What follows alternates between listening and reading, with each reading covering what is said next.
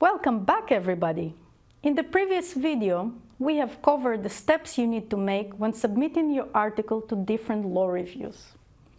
In this video, I will focus on the strategy of submission to peer-reviewed journals. The process of submitting an article to a peer-reviewed journal is different than with law reviews. You should focus on other aspects and have a different strategy. Let's go through several important points to consider. First, as I said in one of my previous videos, the submission to peer-reviewed journals is mostly exclusive. Make sure you submit to one journal at a time. This is an important aspect of integrity. Don't play with this. Second, check whether your paper fits the journal. Before submitting to a specific journal, read carefully what this journal is about. Check whether your paper fits this journal in terms of the subject and in terms of the methodology. A good indication whether your paper fits the journal is if you cite papers from this journal. This is not a necessary condition, but serves as a good signal also for the editor. So citing some papers from the journal where you submit your paper is a good strategy. If you still didn't cite, try to check at this stage if some citation can be added. Keep in mind, as a rule of thumb, if you cannot find a single paper in this journal which is relevant to your paper, maybe this journal is not a good fit. Third, read all the instructions for authors and follow them. In particular, if the journal requires specific font, reference list, spacing, etc., before submitting the paper. The style differs from journal to journal. Don't exceed the maximum number of pages or words. If a journal has a special style guidelines and you think your chances to be published in this journal are not that high, you can try writing the editor asking for permission not to comply with the style for the stage of submission. Of course, adding that if the paper is accepted for publication, you will be happy to make all the required adjustments. Fourth, most journals require to add a cover letter. Spend time on writing a good cover letter. Don't underestimate its importance. In this letter, you have an opportunity to make a convincing argument why your article is novel and why it will be interesting for the readership of this particular journal. In other words, try to market your article in the cover letter. The letter shouldn't be longer than 1 page. Address it to the editor-in-chief.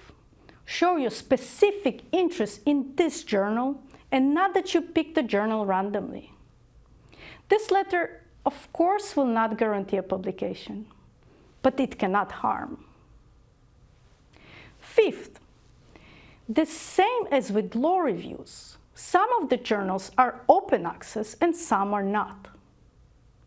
If you're trying to choose between two similar journals, give preference to the open access journals. Having you publish articles available online increases your exposure. In addition, more and more funding institutes require having a plan how to publish your work with open access. 6. As I've said before, there is a trade-off between quality of journals and speed. The better journals you target, the longer will be your process of publication. This is why you have to make in advance a good strategy for all your chapters. If you need fast publications, choose more descriptive chapters and target less prestigious journals. But the articles you believe to bring something novel and are of high quality, start submitting to high-quality journals. But be realistic. Your first academic work probably will not be accepted to Science with impact factor 14. So be bold, but also wise. Time is precious, yours and others. In any case, it is always a good idea to consult your supervisors about the strategy. Seventh, keep track of your submissions. Create a table where for every article you state the name of journals where you submitted, which journals rejected your article, and by which journal it was eventually accepted. Also write in brief the reason of rejection. This is especially helpful in case of peer-reviewed journals. This way, you can learn better the direction of the journal and improve your strategy of choosing the right journals. For example, if one journal rejected your article because your methodology is too technical for the readership of this journal, do not send another article with the same methodology to this journal. Before finishing this video, I would like to refer you to the infographics depicting all the possible responses you can expect from a peer-reviewed journal after submission. You can find it below this video. I hope with these points in mind, you are now ready to create your own publication strategy. The next and the last video deals with the strategies to increase the visibility of your work. By publishing your work, you only did part of the job.